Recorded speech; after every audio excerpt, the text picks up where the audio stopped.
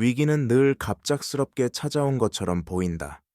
뉴스의 자막은 빨라지고 숫자는 붉어진다. 그러나 실제로 위기는 어느 날 갑자기 생기지 않는다. 금리는 서서히 오르고 환율의 방향은 조용히 틀어진다. 유동성은 얇아지고 자산 가격은 호흡이 가빠진다. 사람들은 그 변화를 매일의 삶 속에서 감지하지 못한다. 월급은 들어오고 카드 결제는 승인되며 부동산 시세는 아직 화면에 남아있다. 그래서 체감은 항상 늦다.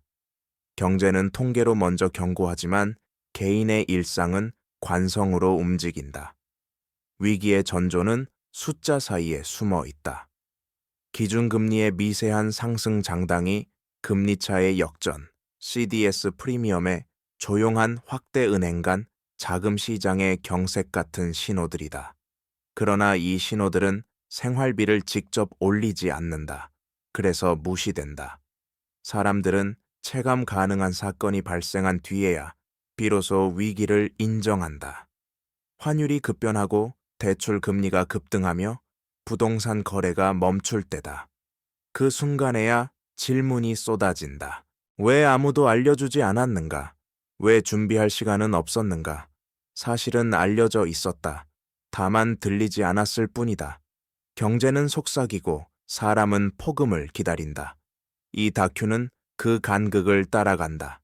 사람들이 왜 항상 가장 늦은 시점에 위기를 체감하는지, 숫자가 경고할 때 삶은 왜 평온해 보이는지, 그리고 그 지연이 개인의 선택을 어떻게 바꾸는지 차분히 짚어본다.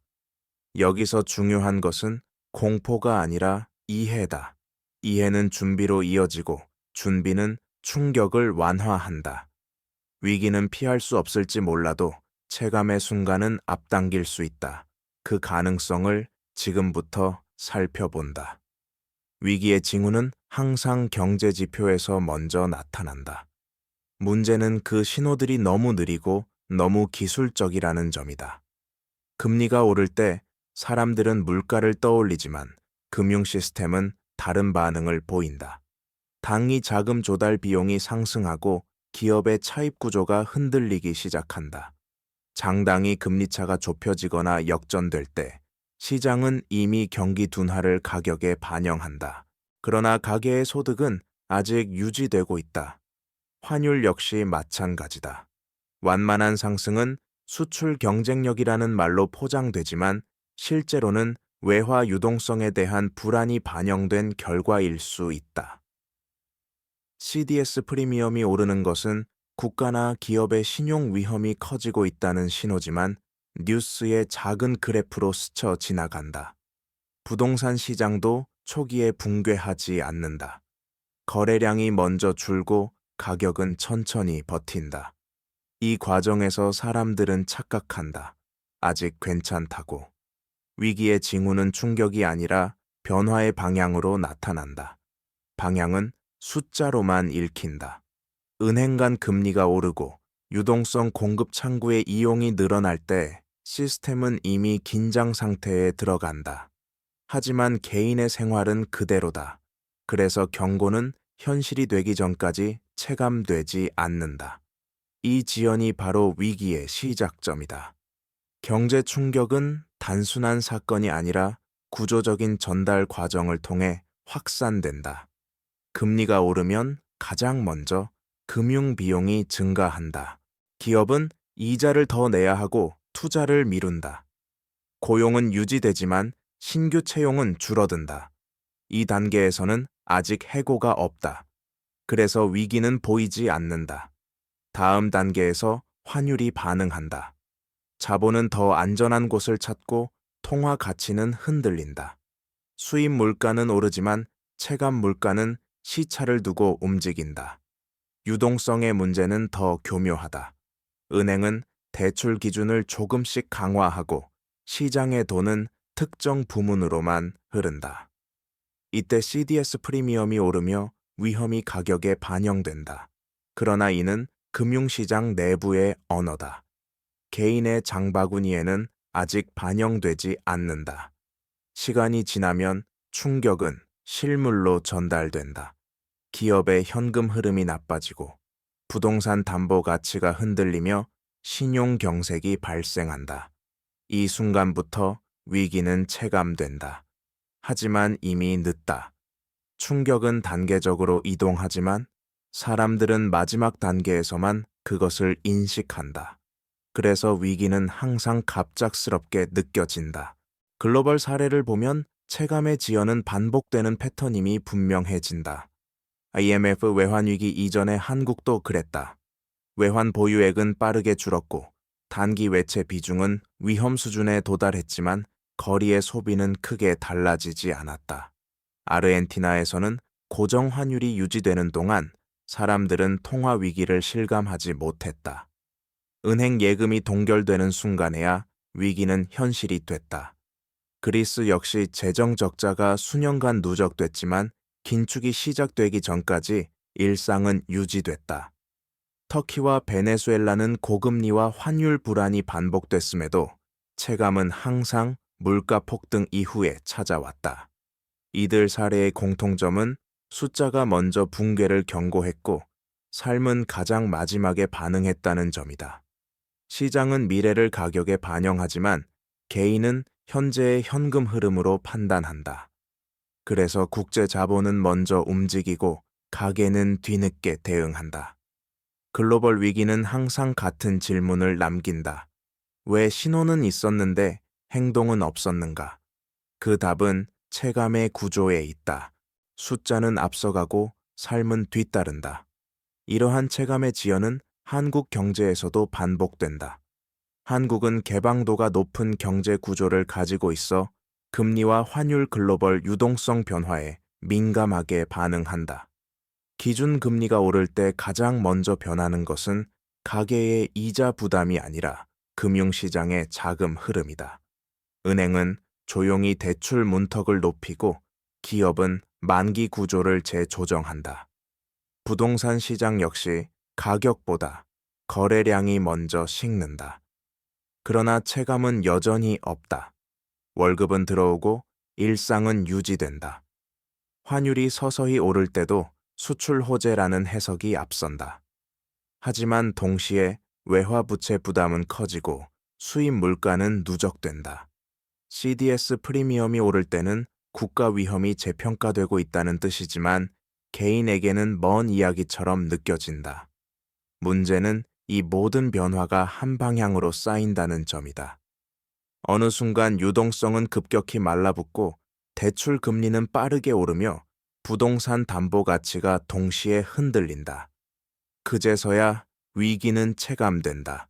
한국 경제에서 위기는 늘 갑작스럽게 느껴지지만 실제로는 이미 오래전부터 내부에서 진행되고 있었던 것이다.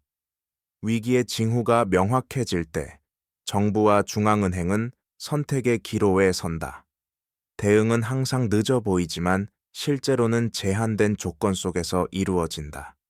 금리를 올리면 물가와 환율을 잡을 수 있지만 동시에 가계와 기업의 부담은 급격히 커진다. 반대로 금리를 낮추면 단기적인 숨통은 트이지만 자본 유출과 통화 가치 하락이라는 위험이 뒤따른다.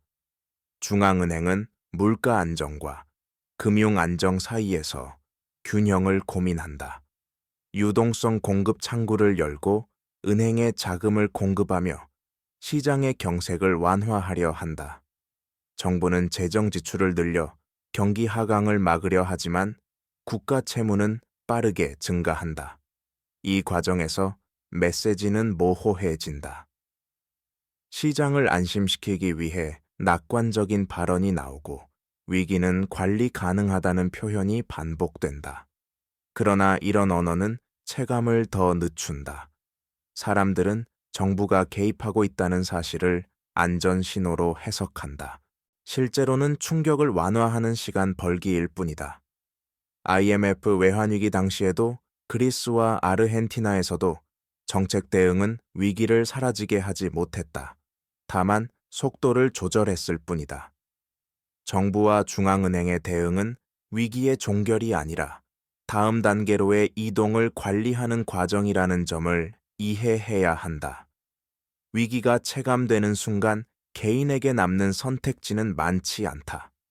그래서 생존 전략은 항상 위기 이전에 준비되어야 한다.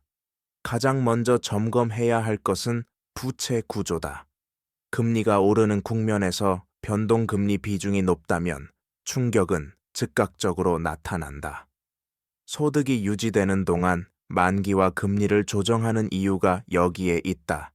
다음은 유동성이다. 자산의 총액보다 중요한 것은 현금으로 전환할 수 있는 속도다. 부동산은 위기 시 가장 늦게 움직이고 금융자산은 변동성이 커진다. 일정 수준의 현금과 당위 자산은 선택이 아니라 완충 장치다. 환율 역시 개인의 삶에 직접적인 영향을 미친다.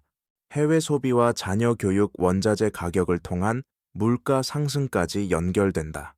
그래서 통화 위험을 분산시키는 관점이 필요하다. 마지막으로 정보의 해석이다. 뉴스의 자극적인 헤드라인보다 금리, 환율, CDS 유동성 지표의 방향을 꾸준히 관찰해야 한다. 위기는 예측의 문제가 아니라 인식의 문제다. 체감을 앞당길수록 선택지는 넓어진다. 개인의 생존 전략은 공포에서 나오지 않는다. 이해에서 나온다. 위기를 가장 늦게 체감하는 이유는 무지보다도 인간의 습관에 가깝다. 사람들은 숫자보다 경험을 믿고 미래보다 현재를 기준으로 판단한다. 경제 지표는 서서히 변하지만 삶은 관성으로 이어진다. 그래서 불편함이 실제 고통으로 바뀌기 전까지 위험은 현실이 되지 않는다. 이 지점에서 중요한 것은 예언이 아니라 해석이다. 위기를 정확히 맞히는 것은 거의 불가능하지만 방향을 읽는 것은 가능하다. 금리가 오르고 환율이 흔들리며 유동성이 줄어드는 흐름은 하나의 이야기로 연결된다. 그 이야기를 조기에 읽는 사람은 선택지를 가진다.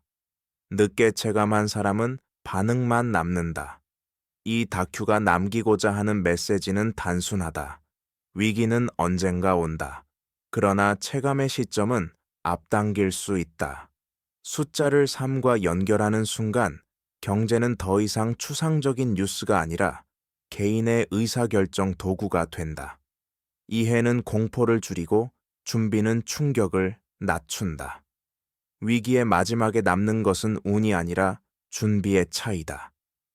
체감의 지연을 더 키우는 요인은 미디어와 시장의 언어다.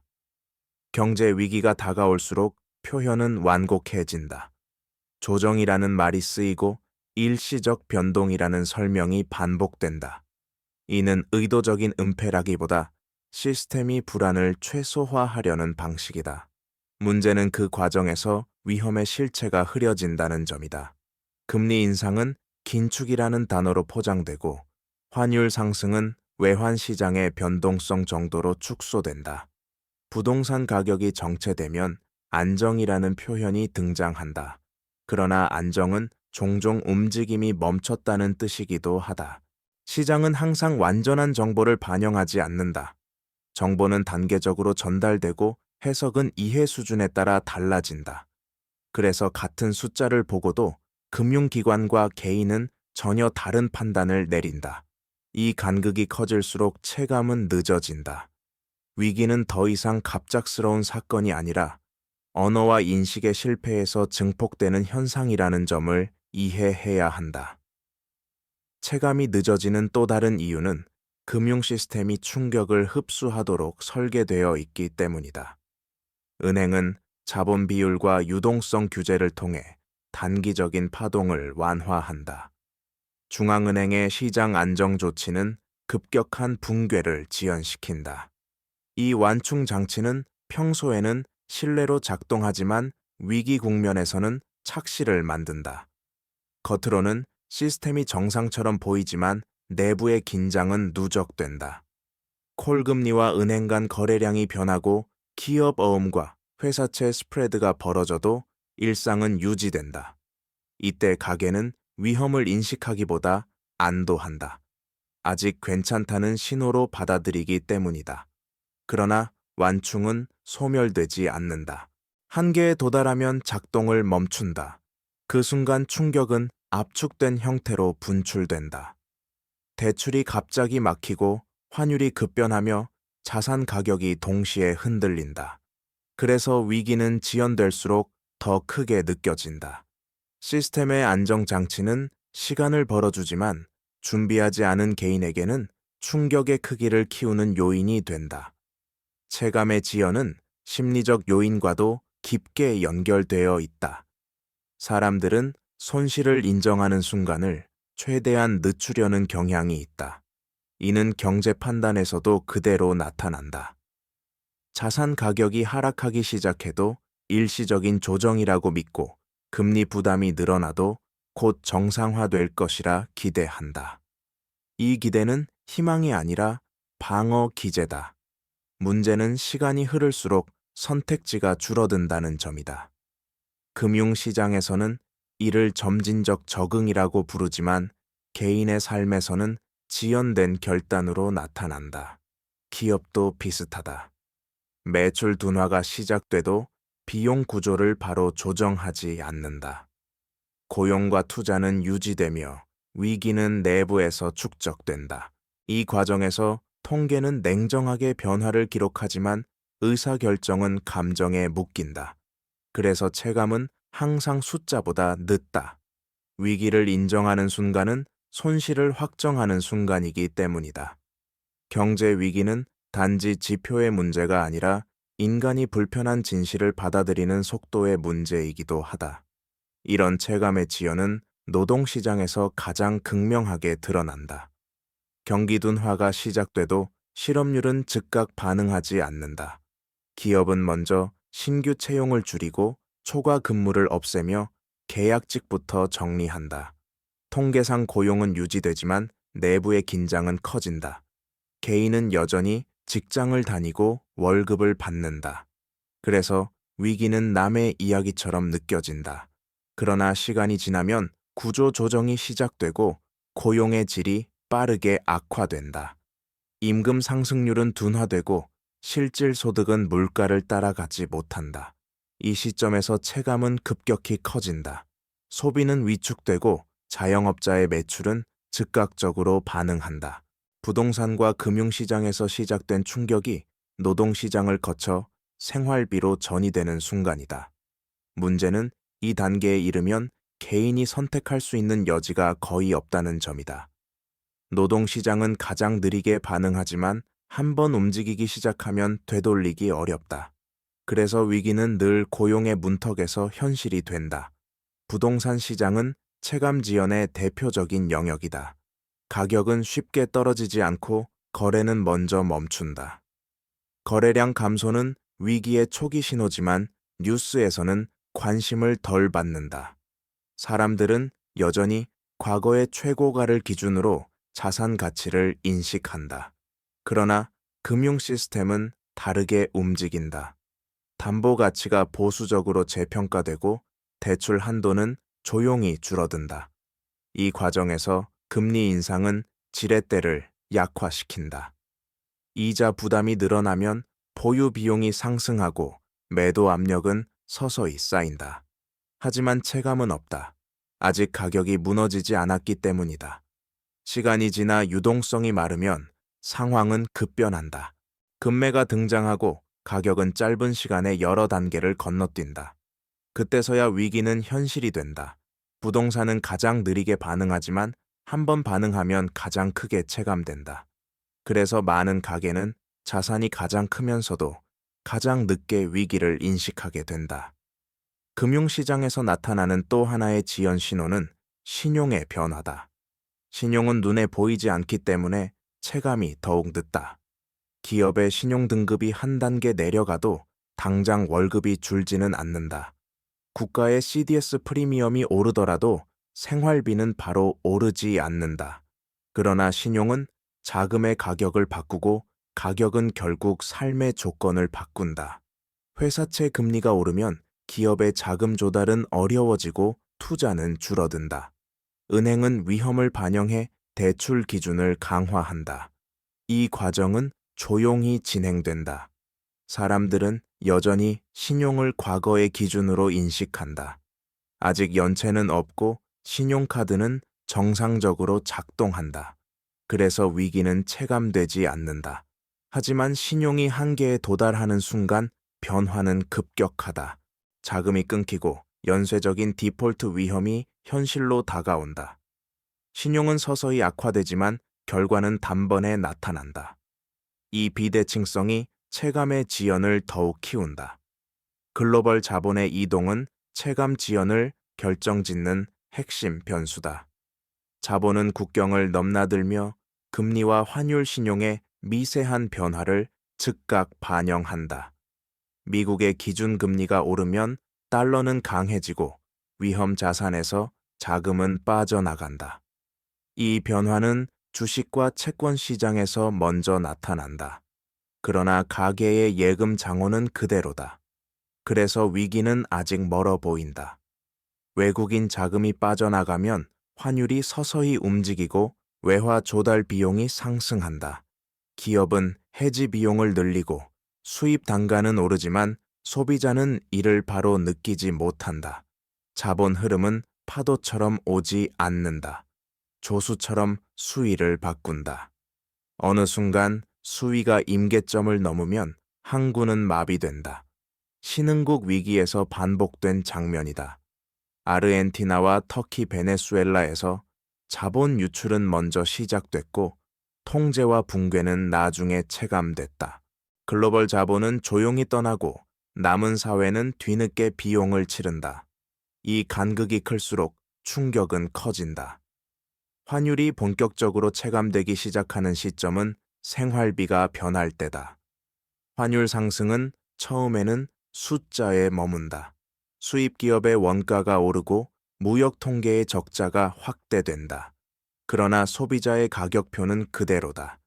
기업은 재고로 버티고 마진을 줄여 시간을 번다. 이 지연이 체감을 늦춘다. 하지만 환율의 영향은 누적된다. 에너지와 원자재 가격이 반영되고 식료품과 공산품의 가격이 단계적으로 오른다. 이때 사람들은 물가 상승을 체감하지만 원인이 환율이라는 사실은 흐릿해진다. 환율은 보이지 않는 세금처럼 작동한다. 특히 외화 부채가 있는 가계와 기업에게는 이중의 부담이 된다.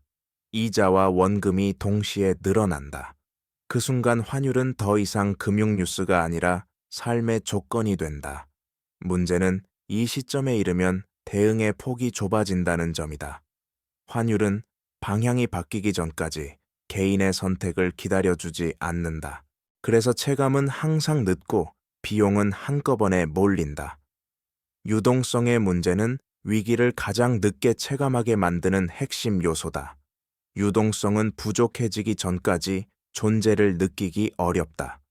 시장에 돈이 있을 때는 신용과 자금 조달이 당연한 것으로 인식된다. 은행은 대출을 연장하고 기업은 차환을 반복한다. 이 시기에도 유동성은 이미 줄어들고 있지만 표면은 평온하다. 문제는 유동성이 양이 아니라 속도라는 점이다. 돈이 돌지 않기 시작하면 같은 금액의 자금도 체감 가치는 급격히 낮아진다. 은행 간 거래가 위축되고 단기 자금 시장의 금리가 오르면 시스템은 경고를 보낸다. CDS 프리미엄이 상승하는 것도 같은 신호다. 그러나 이 신호는 금융 내부에서만 읽힌다. 개인은 여전히 대출이 가능하고 결제는 정상이다. 그래서 위기는 체감되지 않는다. 하지만 유동성은 한계에 도달하면 급격히 사라진다. 갑작스러운 대출 중단 기업의 자금 경색, 연쇄적인 지급 불능 위험이 동시에 나타난다. 이 순간 사람들은 위기가 왜 이렇게 빠르게 왔는지 묻는다. 실제로는 유동성이 서서히 마르고 있었던 것이다. 체감이 늦은 만큼 충격은 압축되어 나타난다. 위기가 체감되는 마지막 고리는 소비다. 소비는 가장 보수적으로 움직이고 동시에 가장 솔직하게 반응한다. 소득이 유지되는 동안 사람들은 소비를 줄이지 않는다. 약간의 물가 상승은 카드 할부와 저축 감소로 흡수된다. 이 단계에서도 위기는 보이지 않는다. 그러나 금리 상승과 환율 변동, 유동성 축소가 누적되면 소비의 선택지가 줄어든다. 필수 지출이 늘어나고 선택 지출이 줄어든다. 외식과 여행 내구재, 소비가 먼저 위축된다. 이 변화는 통계로는 천천히 나타나지만 자영업자의 매출에서는 즉각적으로 체감된다. 거리의 상점이 조용해지고 할인과 이벤트가 늘어난다. 이때 사람들은 경기가 나빠졌다고 말하기 시작한다. 그러나 소비 위축은 원인이 아니라 결과다. 이미 금융과 자산 노동 시장을 거친 충격이 마지막에 도달한 것이다. 소비가 줄어드는 순간 위기는 사회 전체의 공통 경험이 된다. 그때서야 체감은 완성된다. 하지만 이 단계에서는 회복도 가장 어렵다. 소비는 신뢰의 함수이기 때문이다. 신뢰가 무너지면 숫자보다 더 늦게 돌아온다. 위기가 사회적 문제로 확장되는 지점에서 체감은 감정의 영역으로 넘어간다. 불안은 개인의 선택을 넘어 집단의 분위기가 된다. 투자와 소비를 줄이자는 말이 일상 대화에 새으며들고 안전을 중시하는 행동이 확산된다. 이때 금융시장은 이미 한 차례 조정을 거쳤지만 사회는 이제서야 긴축을 시작한다. 신용을 아끼고 현금을 쥐는 행동은 합리적이지만 동시에 회복을 늦춘다. 모두가 동시에 움츠러들면 총수요는 급격히 줄어든다. 이는 다시 기업의 매출 감소로 이어지고 고용 불안은 증폭된다. 악순환의 고리가 완성되는 순간이다. 정책은 이 지점에서 효과가 둔해진다. 금리를 내리고 재정을 풀어도 불안이 해소되지 않으면 행동은 바뀌지 않는다. 체감이 늦을수록 심리는 더 깊게 가라앉는다. 그래서 위기의 비용은 단지 경제적 손실에 그치지 않는다. 신뢰의 붕괴라는 비가시적 비용이 남는다. 이 비용은 통계에 잘 드러나지 않지만 회복의 속도를 결정한다. 위기를 늦게 체감한 사회일수록 상처는 오래 간다. 이 지점에서 중요한 질문은 왜 같은 위기를 두고도 체감의 속도가 다르냐는 것이다. 답은 정보의 접근성이 아니라 해석의 틀에 있다. 많은 사람들은 경제 지표를 단편적으로 본다. 금리는 대출이자 환율은 여행 비용 부동산은 집값으로만 연결한다. 그러나 위기는 지표 하나로 오지 않는다. 금리와 환율 유동성과 신용이 동시에 같은 방향으로 움직일 때 위험은 증폭된다. 이 결합을 읽지 못하면 체감은 늦어진다. IMF 외환위기 당시에도 외환 보유액 감소, 단기 외채 증가 환율 불안은 동시에 진행됐다. 그리스와 아르헨티나 역시 재정 적자와 신용 악화 자본 유출이 함께 누적됐다. 그러나 사회는 각각을 분리된 문제로 인식했다. 한국에서도 비슷하다. 부동산과 금융 환율을 따로 보는 순간 전체 그림은 사라진다. 체감을 앞당긴다는 것은 위기를 예언하는 것이 아니다. 서로 다른 지표를 하나의 이야기로 연결하는 것이다. 이 연결이 빠를수록 대응은 유연해진다. 반대로 연결이 늦어질수록 위기는 하나의 사건처럼 느껴진다. 그리고 그때는 이미 선택지가 거의 남아있지 않다. 위기를 조기에 체감하는 사람들은 특별한 정보를 가진 것이 아니다. 그들은 지표를 보는 방식이 다를 뿐이다. 숫자를 예측의 도구로 쓰지 않고 방향을 읽는 신호로 해석한다. 금리가 오를 때 정확한 고점을 맞히려 하지 않는다. 대신 왜 오르고 있는지를 본다. 환율이 흔들릴 때도 특정 수치를 목표로 삼지 않는다. 자본이 어디로 움직이고 있는지를 살핀다. 유동성이 줄어들면 언제 바닥이 올지를 계산하기보다 돈의 흐름이 느려지고 있는지를 관찰한다. 이런 태도는 공포를 키우지 않는다. 오히려 선택의 시간을 벌어준다. 조기 체감의 핵심은 행동을 바꾸는 속도다. 소비를 갑자기 줄이기보다 구조를 점검하고 투자를 멈추기보다 리스크를 조정한다. 이는 극단적인 대응이 아니다. 일상의 미세한 조정이다. 문제는 대부분의 사람들이 체감을 사건으로 기다린다는 점이다. 뉴스 속 붕괴나 급락이 있어야만 위기를 인정한다. 하지만 경제는 사건보다 흐름으로 움직인다. 흐름을 읽는 사람에게 위기는 충격이 아니라 과정이다. 이 차이가 결국 개인의 손실폭을 가른다. 준비된 체감은 공포를 만들지 않는다. 오히려 판단의 여지를 남긴다. 정부 정책이 체감에 미치는 영향도 중요하다. 정책은 충격을 완화하는 동시에 체감을 늦춘다. 재정 지출 확대와 금융 지원은 단기적인 고통을 줄여준다. 기업은 버틸 시간을 얻고 가게는 급격한 소득 감소를 피한다. 그러나 이 완충은 현실을 가리는 효과도 낳는다. 위기의 비용이 분산되면서 개인은 위험을 자신의 문제로 인식하지 않는다.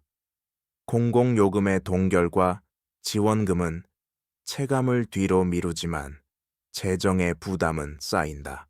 시간이 지나 정책 여력이 줄어들면 선택지는 급격히 좁아진다. 이때 조정은 더 큰 폭으로 나타난다. 과거 여러 위기에서 반복된 장면이다. 초기에 완만했던 충격이 후반에 집중된다. 정책은 위기를 없애지 못한다. 시점을 바꿀 뿐이다. 이 사실을 이해하지 못하면 체감은 다시 늦어진다. 정부가 대응하고 있다는 신호를 안전으로 해석하는 순간 개인의 준비는 멈춘다. 정책은 시간을 사는 도구이지 위험을 제거하는 방패가 아니다. 시간을 어떻게 쓰느냐가 결과를 가른다. 위기의 체감이 늦어질수록 세대 간 격차도 커진다. 자산을 이미 보유한 세대는 가격 하락을 일시적 손실로 인식하지만 소득에 의존하는 세대는 충격을 생활비로 바로 체감한다. 금리 인상은 대출을 가진 가계에 즉각적인 부담이 되고 취업과 창업을 준비하는 청년층에게는 기회의 문을 닫는다. 그러나 이 불균형은 초기에 잘 보이지 않는다. 통계상 평균은 유지되고 일부 자산 가격은 버틴다. 그래서 위기는 특정 계층의 문제처럼 보인다. 시간이 지나면 상황은 달라진다. 소비가 줄고 고용이 흔들리면서 충격은 전체로 확산된다. 이때 갈등은 경제가 아니라 감정의 문제로 번진다. 왜 누군가는 버티는데 누군가는 무너지는가라는 질문이 나온다. 체감의 지연은 단지 개인의 문제가 아니라 사회적 비용을 키운다. 위기를 늦게 인식한 사회일수록 조정은 더 거칠고 불평등은 더 깊어진다. 그래서 조기 체감은 공포를 키우는 행위가 아니다. 사회적 충격을 분산시키는 가장 현실적인 방법이다. 역사적으로 보면 위기를 가장 늦게 체감한 집단은 항상 중산층이었다. 소득은 유지되지만 자산과 부채가 동시에 큰 계층이다. 초기에는 금융자산의 변동이 크지 않고 부동산 가격도 버틴다. 그래서 위기는 남의 일처럼 보인다. 그러나 금리 인상과 유동성 축소가 길어질수록 상황은 달라진다. 이자 부담은 매달 고정 비용으로 쌓이고 자산의 유동성은 떨어진다. 중산층의 선택지는 빠르게 줄어든다. 소비를 줄이면 삶의 질이 급격히 낮아지고 자산을 팔면 손실이 확정된다. 이 지점에서 체감은 공포로 바뀐다. 문제는 이 단계가 위기의 중반 이후라는 점이다. 이미 시장의 가격은 상당 부분 조정되었고 정책 여력도 제한적이다. IMF 외환위기 당시에도 구조조정의 충격은 중산층에서 가장 크게 나타났다. 그리스와 아르헨티나에서도 마찬가지였다. 중산층은 완충 역할을 하다가 한계에 도달하면 급격히 흔들린다. 그래서 위기를 늦게 체감한 사회일수록 중산층의 붕괴가 빠르게 진행된다. 이 붕괴는 단순한 경제 문제가 아니라 사회 안정의 문제로 이어진다. 그렇다면 체감을 앞당기기 위해 개인과 사회는 무엇을 해야 하는가? 답은 거창한 예측이 아니라 관찰의 습관에 있다. 하나의 지표에 집착하지 않고 여러 지표의 방향이 동시에 바뀌는 순간을 인식하는 것이다. 금리 인상과 환율 상승이 함께 나타나고 신용 스프레드와 CDS가 동시에 움직일 때 이는 단순한 변동이 아니다. 유동성이 줄어드는 신호가 반복되면 아직 생활이 유지되더라도 구조 점검을 시작해야 한다. 사회 차원에서는 위험을 특정 계층의 문제로 치부하지 않는 태도가 중요하다. 위기는 항상 약한 고리에서 먼저 터지지만 결국 전체로 확산된다. 개인 차원에서는 선택을 미루지 않는 용기가 필요하다. 완벽한 타이밍을 기다리다 보면 체감은 항상 늦어진다. 조정은 작은 변화로도 충분하다. 부채 구조를 점검하고 소비의 고정비를 낮추며 현금 흐름의 안정성을 높이는 일이다. 이는 공포에 기반한 행동이 아니다. 정보에 기반한 판단이다. 체감을 앞당긴다는 것은 위기를 과장하는 것이 아니라 삶의 리스크를 관리하는 방식이다. 이 차이가 위기를 겪는 경험의 질을 완전히 바꾼다. 위기를 늦게 체감한 사회는 종종 같은 질문을 반복한다. 왜 그때는 아무도 말해주지 않았는가? 그러나 돌아보면 경고는 항상 존재했다. 문제는 경고가 사건의 형태가 아니었다는 점이다. 숫자는 변했지만 일상은 유지됐고, 그래서 의미를 부여하지 않았다. 이때 필요한 것은 경보음이 아니라 해석자다. 경제는 신호를 보내지만 그 신호를 삶의 언어로 번역하지 않으면 공기처럼 흩어진다. 금리와 환율 유동성과 신용은 각각의 수치가 아니라 하나의 맥락이다. 그 맥락을 이해하는 순간 위기는 더 이상 갑작스러운 재난이 아니다. 사회는 위기를 맞이하는 방식에 따라 상처의 깊이가 달라진다. 늦은 체감은 공포를 키우고 빠른 인식은 선택을 남긴다. 이 차이는 개인의 재무 상태를 넘어 사회 전체의 회복 속도를 결정한다. 위기를 앞서 느낀다는 것은 불안에 사는 것이 아니다. 변화의 방향을 인정하고 그에 맞게 속도를 조절하는 일이다. 경제는 멈추지 않고 움직인다. 체감이 늦어질수록 우리는 그 움직임에 끌려간다. 체감을 앞당길수록 우리는 그 흐름 위에 설 수 있다. 위기의 체감을 앞당기는 또 하나의 핵심은 시간에 대한 인식이다. 많은 사람들은 위기를 단기간의 사건으로 이해한다. 폭락과 파산 실업 같은 장면을 떠올린다. 그러나 실제 위기는 시간의 문제다. 작은 불균형이 오랫동안 누적되고 어느 순간 임계점을 넘는다. 이 과정에서 가장 위험한 것은 정상화 기대다. 금리는 다시 내려갈 것이라는 믿음 환율은, 곧 안정될 것이라는 기대 부동산은 결국 회복된다는 확신이 판단을 지연시킨다. 기대는 희망이지만 희망은 행동을 늦춘다. 경제는 기대보다 먼저 움직인다. 특히 글로벌 환경이 바뀌는 시기에는 과거의 평균으로 돌아가지 않는다. 새로운 균형을 찾는다. 이 균형은 이전보다 불리한 조건일 가능성이 높다. 체감을 앞당긴다는 것은 위기를 과장하는 것이 아니라 시간의 방향을 인정하는 일이다.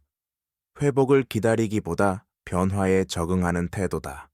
시간을 아군으로 만들지 못하면 위기는 항상 뒤에서 밀려온다. 시간을 이해하는 순간 체감은 더 이상 공포가 아니라 전략이 된다. 위기의 체감을 늦추는 마지막 요인은 비교의 오류다. 사람들은 자신의 상황을 과거의 자신이나 주변과 비교한다. 아직 회사는 다니고 있고 주변도 크게 달라진 것이 없다고 느끼면 위기는 존재하지 않는 것처럼 보인다. 그러나 경제는 개인 간 비교로 움직이지 않는다. 시스템 전체의 균형으로 움직인다. 한 기업이 버티고 한 가게가 유지된다고 해서 위험이 사라지는 것은 아니다. 오히려 다수가 동시에 같은 판단을 할 때 위험은 더 커진다. 모두가 아직 괜찮다고 느끼는 순간 조정은 뒤로 밀리고 충격은 압축된다. 글로벌 위기에서 반복된 장면이다. 위기 직전까지 소비와 투자는 유지되고 불안은 소수의 경고로 치부된다. 그러다 어느 날 동시다발적인 조정이 시작된다. 비교는 안도감을 주지만 방향을 알려주지는 않는다. 체감을 앞당긴다는 것은 남보다 먼저 불안해지는 것이 아니다. 나의 위치를 시스템 안에서 바라보는 일이다. 금리와 환율 유동성과 신용이 동시에 긴장되는 환경에서 개인의 일상은 착시일 수 있다. 이 착시를 깨는 순간 위기는 더 이상 갑작스러운 사건이 아니라 이미 진행 중인 과정으로 보이기 시작한다. 결국 위기를 가장 늦게 체감하는 이유는 안정을 전제로 한 사고 때문이다. 경제가 정상이라는 가정은 판단을 편하게 만들지만 변화의 신호를 약화시킨다. 안정은 상태가 아니라 순간에 가깝다. 금리와 환율 유동성과 신용은 늘 움직이고 그 움직임이 한 방향으로 모일 때 균형은 빠르게 바뀐다. 이때 필요한 것은 비관도 낙관도 아니다. 조건을 점검하는 태도다. 소득이 유지되고 자산 가격이 버티는 동안에도 조건은 달라질 수 있다. 대출의 망이, 금리의 구조, 환율 노출, 현금 흐름의 여유 같은 요소들은 눈에 띄지 않게 위험을 키운다. 위기는 이 조건들이 동시에 취약해질 때 현실이 된다. 그래서 체감을 앞당긴다는 것은 불안을 키우는 것이 아니라 조건을 관리하는 일이다. 숫자를 삶과 분리하지 않고 지표를 생활의 언어로 번역하는 순간 판단의 속도는 빨라진다. 위기를 늦게 체감한 사회는 반응만 남지만 일찍 인식한 사회는 선택을 남긴다. 선택의 유무가 결과를 가른다. 이 다큐의 마지막에서 다시 처음의 질문으로 돌아간다. 사람들은 왜 항상 가장 늦은 시점에 위기를 체감하는가? 그 이유는 단순하다. 위기는 숫자로 먼저 오고 삶으로 나중에 오기 때문이다. 금리와 환율 CDS와 유동성은 미래의 압력을 현재에 반영하지만 개인의 일상은 그 압력을 흡수하며 버틴다. 이 버팀이 착시를 만든다. 아직 괜찮다는 감각, 이번에도 지나갈 것이라는 믿음이다. 그러나 경제는 감각이 아니라 구조로 움직인다. 구조가 바뀌면 체감은 피할 수 없다. 중요한 것은 그 순간이 언제냐는 것이다. 체감을 앞당긴다는 것은 위기를 예언하는 능력이 아니다. 변화의 방향을 인정하고 삶의 조건을 점검하는 태도다. 숫자를 공포로 보지 않고 신호로 해석하는 능력이다. 위기는 피할 수 없을지 몰라도 준비하지 못한 충격은 줄일 수 있다.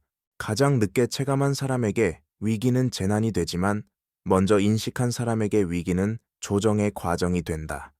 경제는 항상 움직인다. 그 움직임을 외면할수록 체감은 늦어지고 대가는 커진다. 이 다큐가 남기고 싶은 결론은 분명하다. 위기는 갑자기 오지 않는다. 다만 우리가 느끼는 순간이 항상 늦을 뿐이다.